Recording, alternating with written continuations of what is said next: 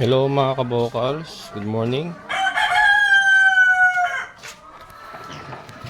Tapos na? Yan, kakakain na po ng ating mga future breeders, future inahin. Ayun na. Kulang pa ba? Lakas kumain. Ayan mga kabokals, medyo ano na, sumisikip na sila dito sa kanilang kulungan. Ito nga, nilinis na natin itong kabila. Ayan, nilinis ko na yan, inisprayan ko na. Ililipat na natin itong anak ni Trisha. Yan, so ngayon ko pala mawawala si Tyson mga kabokals. Naubos mo rin? Ubos din yung pagkain ni Tyson mga kabokals. Laki, grabe ang kapal ng katawan. Tyson. Yan, ito po yung tatlong lalaki na kinapon natin. Ayan, magaling na yung sugat nila, tuyo na. So ililipat na natin doon sa kabilang sa kabilang kulungan para ma-fattening na natin sila. At saka makapagpahinga na rin si Trisha and makapag-prepare na sa paglalandi niya ulit. Ayan. So yun, lilipat natin mga kabokals.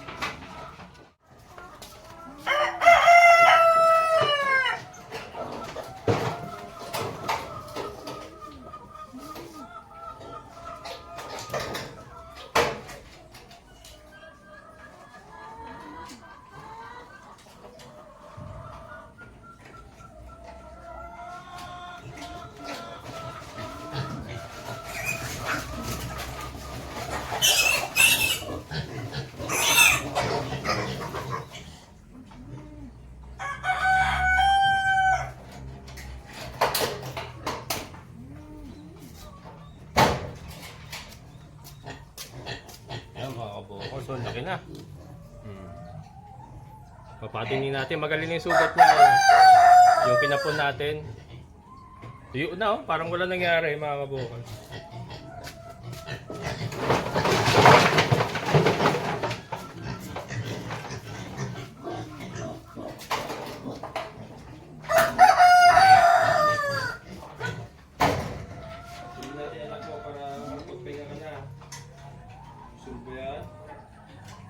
Sumuna pa magpahinga.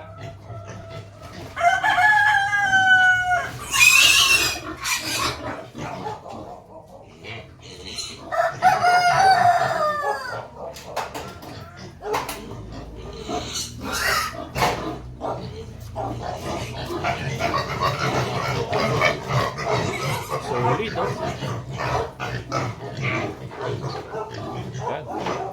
walang ka-infection niya mga kabukal. So yun, effective yung ating antibiotic.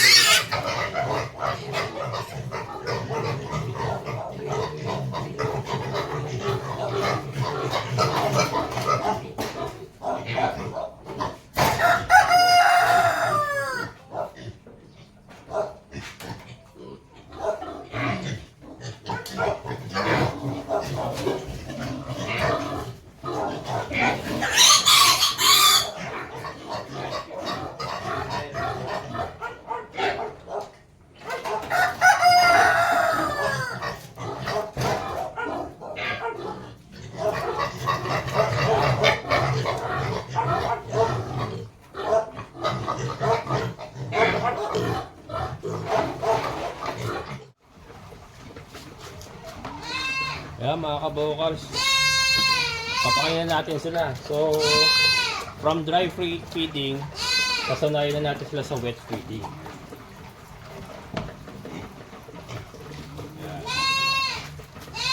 Kasi wala na silang gatas, so kailangan yung kakainin nila basa na, para yung fluid ba, para magkaroon sila ng fluid, makahigop sila ng sabaw. Pero ito, konti lang muna. Ayan ganyan lang muna. Ayan muna natin kung tatanggapin ba nila.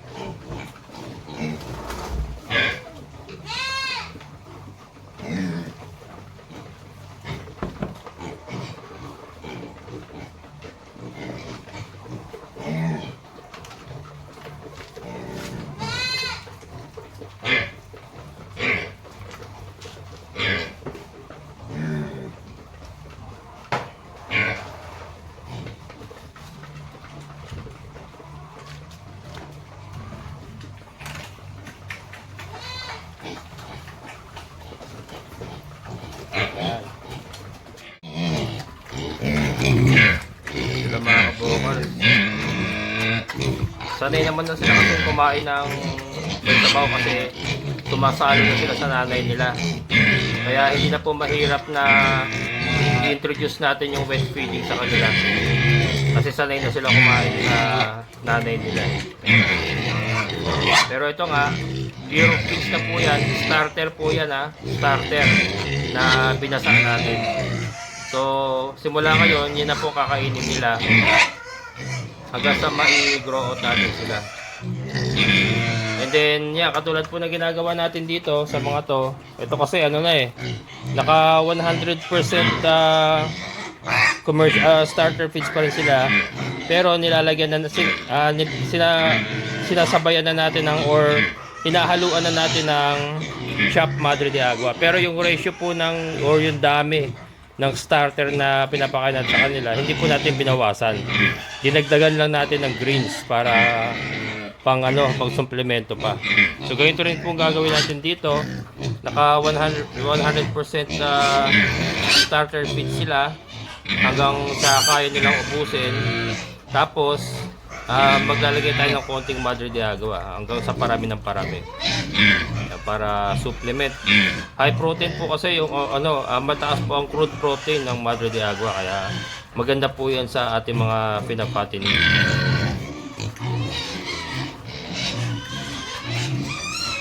Try natin kung maubos yan. Isang takal lang naman po yan na na starter. Silagyan natin ng tubig. Pagka hindi nila nauubos, bawas tayo. Ganun lang naman po yun. So ang ibibigay natin palagi, yung kaya lang nilang ubusin. Huwag natin silang bibigyan ng sobra. Para hindi rin magtae at saka hindi rin po masayang yung ating pinapakain. Yeah, so since ito po ay matagal na pong kumakain ng starter, kaya lang dry feeding sila habang kasama sila ng nanay nila. Ito po, pwede na nating twice a day lang ang pakain. Umaga sa kahapon. Pero yung pong maximum na kaya nilang ubusin ang ibibigay natin. Yan, ito mga abangers. Yan kasi yung mga kung hindi nila maubos yan, ito pong titira niyan. Ito mga to. Yan, tapos sila kumain kasi ubos na yung kanilang pagkain, naubos nila. Simot to the max, siyempre. Yan. Siguro ito mga isang buwan mahigit natin aalagaan to bago natin maibenta. Ayan. So napansin nyo parang inaayawan na nila.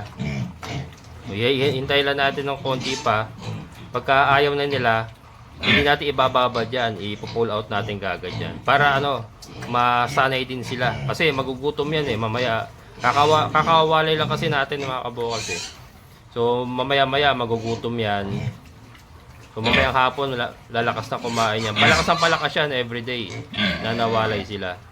Pero yun nga, kailangan wag nating sosobrahan habang sinasanay pa lang natin sila. Siguro yung first 3 days nila, yun yung pinaka talagang kontrolado dapat para hindi po magtae. Ayan. Maya konti, pupull out ko na yan kasi parang ayaw na nung iba. Anor! Dungis mo, Brad. Dungis mo, Brad. Katatapos lang din po kumain ni Kanor. Anak mo yan, Brad. Makikilala mo pa ba yan? Anak mo yan. Parang nadali niya si Kimberly lagpas 21 days na hindi umuulit maglandi. Mukhang manadali mo pala si Kimberly, brother Brad. Mukhang nadali mo pa rin si Kimberly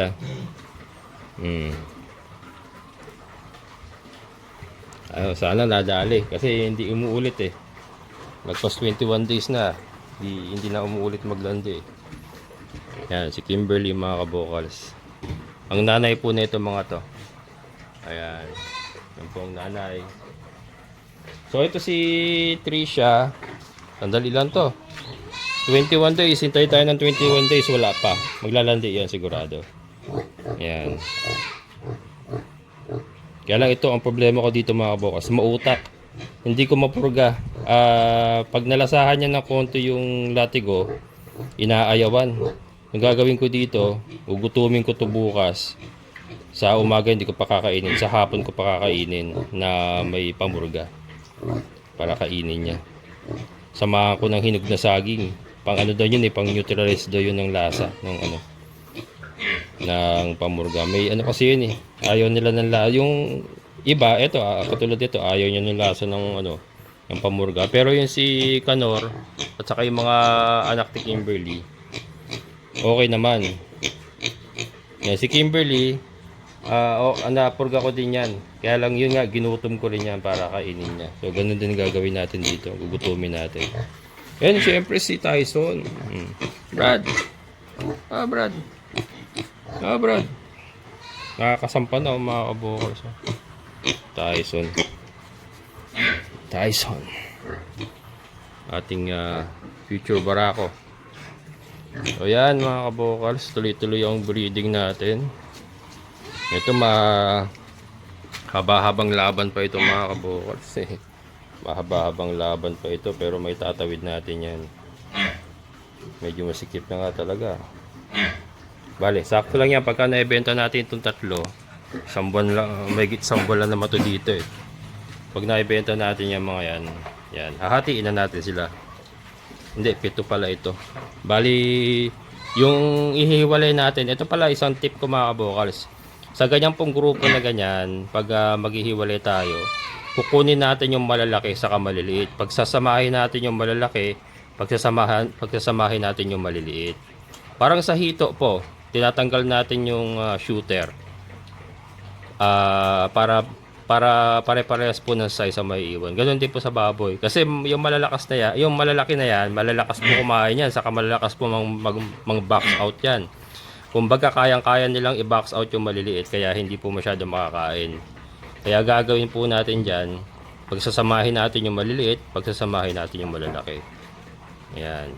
Parang ano lang naman yung tatlo lang naman yung pinakamalaki dyan Tapos yung olderest parang hindi na masyado, 3, 4 yata mga ganun. Pero ayun, maliit kasi yun Iiwalay natin yun.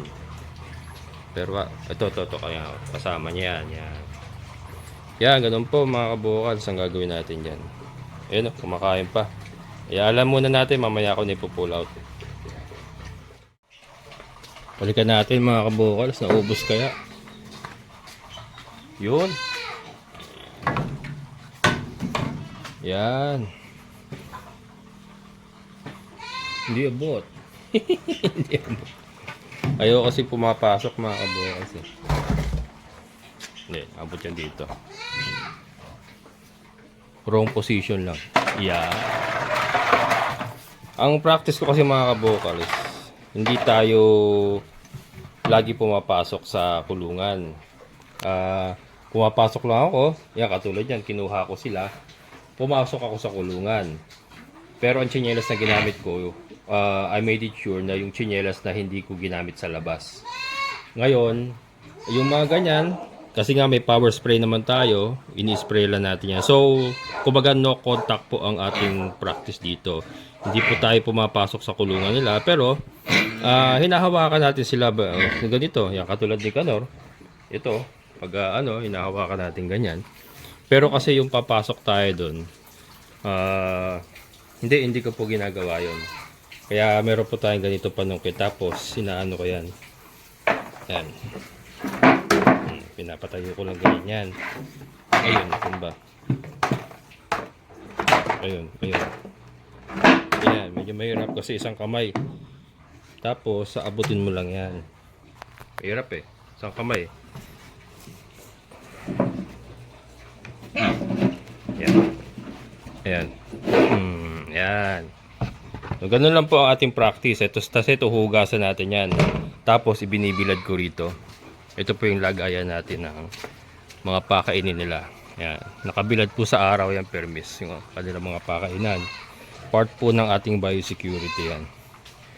So, hindi man po ganun kaganda. Pero working naman po yung ating biosecurity. So, yun halos naubos nila. Konti nila natira. So, ganyan po. Tapos mamaya, ganun uli. Mamayang hapon. Tapos, observe po natin yan. Siyempre, habang tumatagal, mga ilang araw, padagdag po ng padagdag. Katulad po nito mga to. Padagdag lang po tayo ng padagdag sa kaya nilang ubusin. Yan. So hanggang ngayon po, padagdag pa rin tayo ng padagdag hanggang lumalaki sila. Kaya nga po sabi ko medyo madugo pa po itong labanan dito sa ating mga future inahin kasi dadagdag pa po ng dadagdag ang rasyon niyan mga kabukas. Eh di ba nga naka pure feeds tayo sa ngayon, naka pure feeds tayo ngayon kasi gusto natin makuha yung kanilang maximum na laki para maganda silang maging breeders. Yan. Yan po mga kabukas ang ating mga fatteners. Try natin kung kaya ko kayang paabuti ng ganito, kaya alam medyo magastos kasi yun. Try natin basta maibenta na sila ng ano, Kalichunin. Or try natin kung ma-fattening natin sila ng mga ganito para maganda-ganda naman ang presyo. And hahaluan na lang natin ng Madre de Agua yung kanilang commercial feeds. Pero hindi pa rin po pwedeng mawala ang commercial feeds. Yan. Ano na po talaga yan eh. Dapat tanggapin na natin eh. Na kung fattening talaga nandiyan ang commercial feeds. Ang magagawa na lang po ng ating mga alternative feeding katulad ng Madre de Agua is parang pinaka-booster na lang yan. Para po mas mapabilis ang kanilang paglaki, mas ma-minimize po yung gastos natin. Ngayon, kung may oras naman po kayo, let's say talagang gusto niyo mag-organic, yung darak lang, Madre de Agua, mga greens, po pwede naman po yun. Lalaki din po yun, kaya lang matagal po. Matatagalan sila. Kunyari, sa feeds, in the span of 3 months, may bebenta mo na.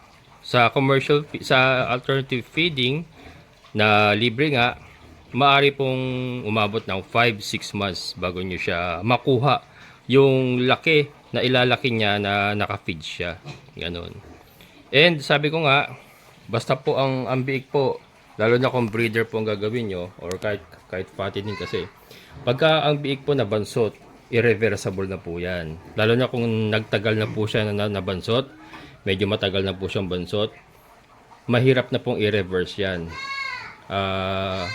Talagang hindi na mahahabol mga kabukals. Kaya yung ganito pong edad, yan po ang pinaka-crucial sa ating mga alaga. Sa kahit ano naman eh, kahit manok, ganun din po eh.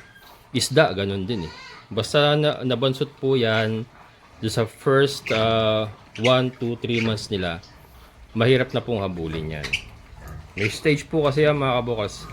Talagang ano, kailangan alamin din natin yung stage ng growth ng ating mga alaga para po hindi rin po tayo mahirapan at hindi po tayo magtaka bakit yung baboy ko nagkaganito, bakit yung ganito ko kalbo na ibenta niya ng malaki. So ano, yun po yung mga dapat nating tandaan din sa pag-aalaga ng hayop. Yung early stage, yan, early stage is very very important. Feeding ratio, feeding materials, yung pagpupurga, and kung kailangan turukan ng vitamins, mga ganun po yung dapat nating tignan. Aminin ko po, mga pagkakamali ko din po yun noon. Nung ako po nag-uumpisa ng native pigs, akala ko mabubuhay na sila sa mga greens, gabi, nagluluto pa ako ng gabi ng mga kabukals. Sabi ko zero feeds ako, hindi ako gagamit ng commercial feeds. So yan, puro greens lang ako, yun ang ginagawa ko. Mga damo pa minsan, nanguha ako ng damo, yun na pinapakain ko sa mga native pigs ko noon. Hindi pa ako nagbablog ng mga kabukals. Pero talagang ano, napakahirap pong palakihin pagka puro ganun lang pong papakain natin sa kanila. Kaya nandun pa rin talaga ang commercial feeds. Ang mangyayari po kasi niyan, ita-tie up nyo lang po sila sa mga greens na meron kayo. Pero ang commercial feeds po, hindi po pwedeng mawala yan. Nandun po talaga siya. Kasi andun po lahat ng nutrients na kailangan ng baboy. Scientifically engineered na po yun eh. May mga growth hormones, vitamins, nutrition, balanced nutrition na kailangan nila, nandoon na po lahat. Ayan. Pero may parang pa rin naman. Sabi ko nga, pwede naman tie up nga. Ita-tie up natin yan sa mga greens na meron tayo. Kung kayo po yung merong mga Madre de Agua, yun nga po, pwede nating haluan ng Madre de Agua. Just to minimize po yung quantity or yung volume ng commercial feeds na kailangan nating ipakain sa kanila. Ayan. Pero yung zero commercial feeds, para sa akin dahil na experience ko, mahirap talaga. nababansot mga kabukals. Saka payat, pumapayat talaga sila mga kabukals. Ayan. Kanor! Brad! So yan po mga kabukals, naiwalay na natin ang ating mga fatteners. So 1 month from now, tingnan natin kung mahahabol ba nila to. Approach natin dito mga kabukals is halos kasing halintulad lang din po nitong ating mga gagawing inahin. Kasi nga ito, parang pina-fattening natin sila para mapalaki nga natin sila ng maganda. So ganun din po ito. So yan. So hindi na masyado mahirap kasi wala naman po magbabago sa timplada natin ng pagkain. Yan.